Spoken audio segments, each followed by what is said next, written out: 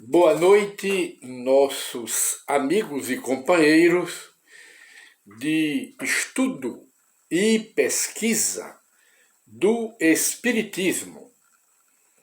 Voltamos com mais uma edição do programa Encontro com o Espiritismo, que é uma produção da Associação Espírita Adolfo Bezerra de Menezes, aqui da cidade de Limoeiro, Pernambuco, Brasil.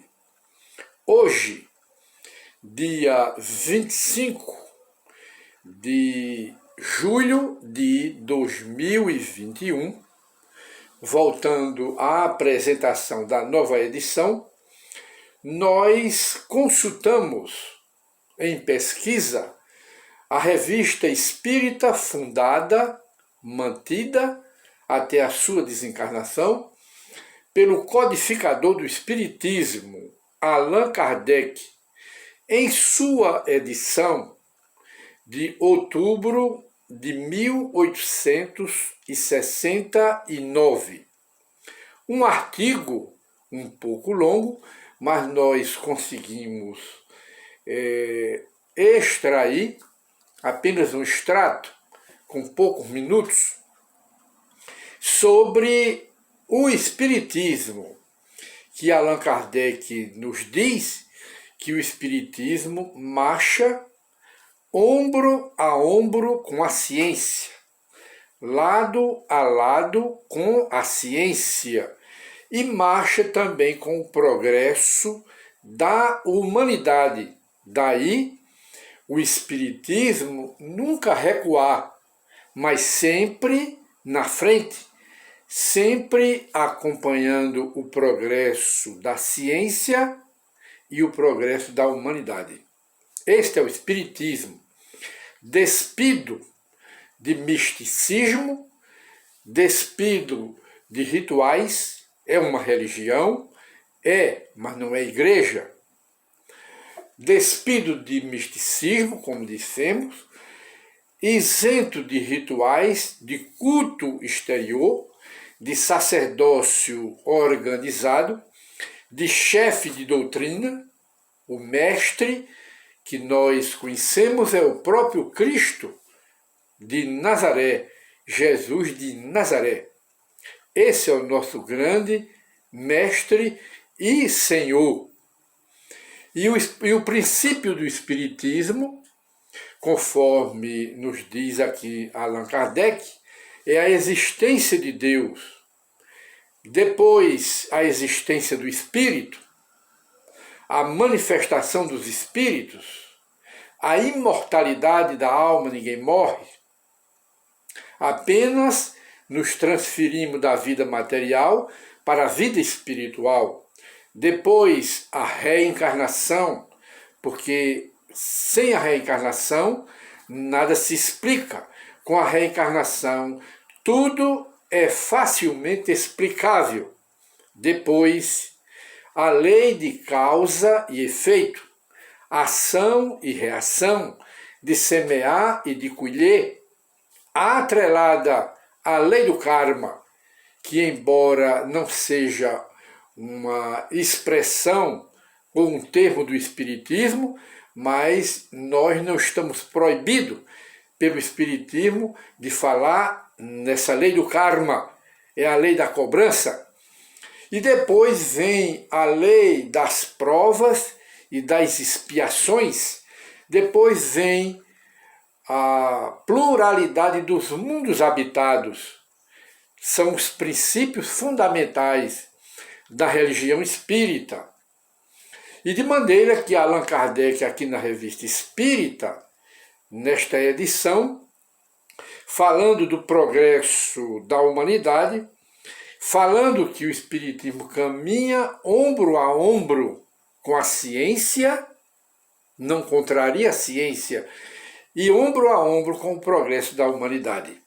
E ele diz, qualquer que seja a influência que um dia o Espiritismo chegue a exercer sobre as sociedades, não se suponha que ele venha a substituir uma aristocracia por outra, nem a impor leis.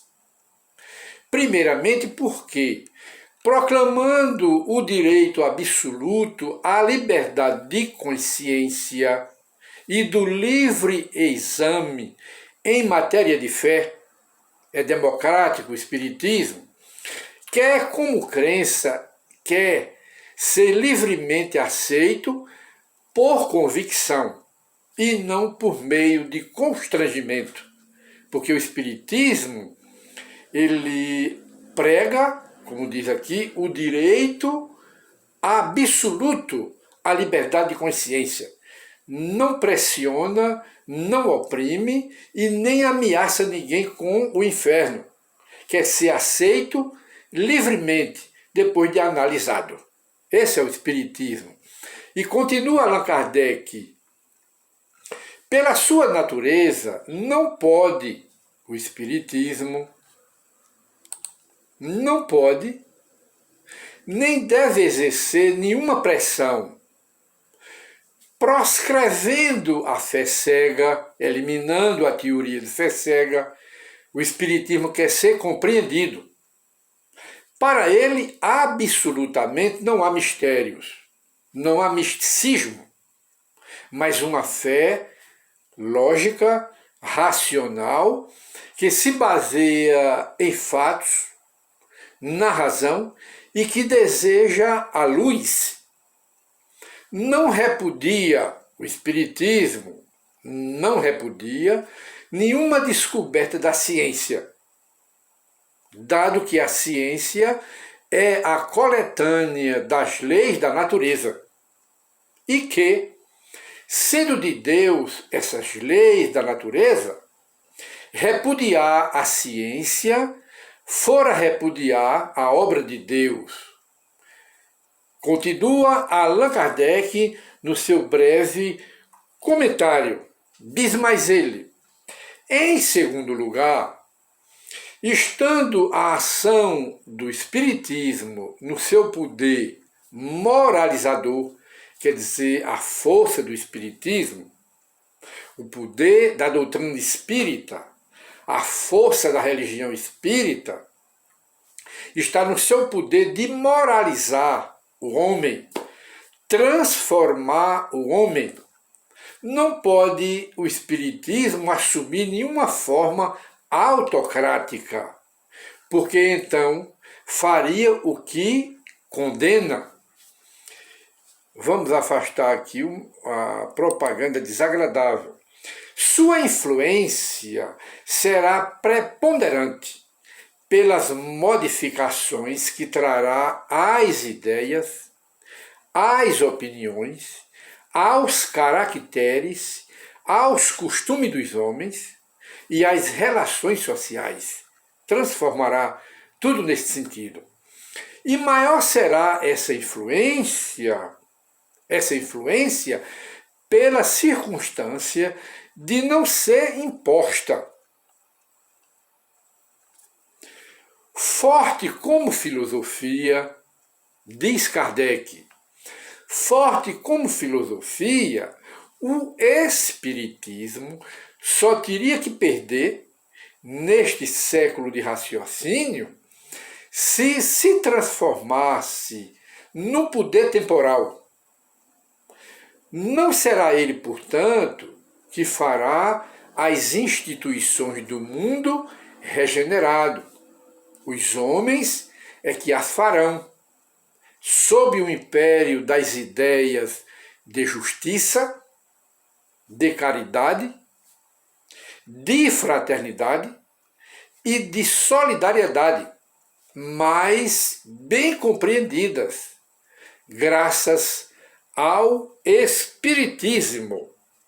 E ele diz mais, para encerrar, essencialmente positivo em suas crenças, o Espiritismo repele, rejeita, repudia todo misticismo, desde que não se estenda esta denominação como fazem os que em nada creem, a crença em Deus, na alma e na vida futura.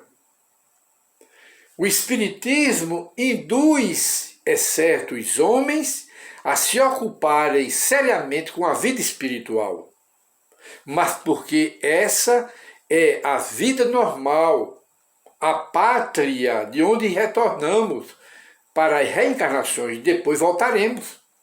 Sendo nessa pátria espiritual, que se tem de cumprir os nossos destinos, pois que a vida terrestre é transitória, passageira. Pelas provas que apresenta da realidade da vida espiritual, o Espiritismo ensina aos homens a não atribuírem mais que relativa importância, apenas relativa importância, às coisas deste mundo, e não importância absoluta, dando-lhes assim força e coragem ao homem para suportar com paciência e resignação as vicissitudes da vida terrena. E assim termina Allan Kardec em seu comentário neste artigo, que é o Espiritismo exerce influência no progresso da humanidade e marcha ombro a ombro com a ciência e com o progresso da humanidade.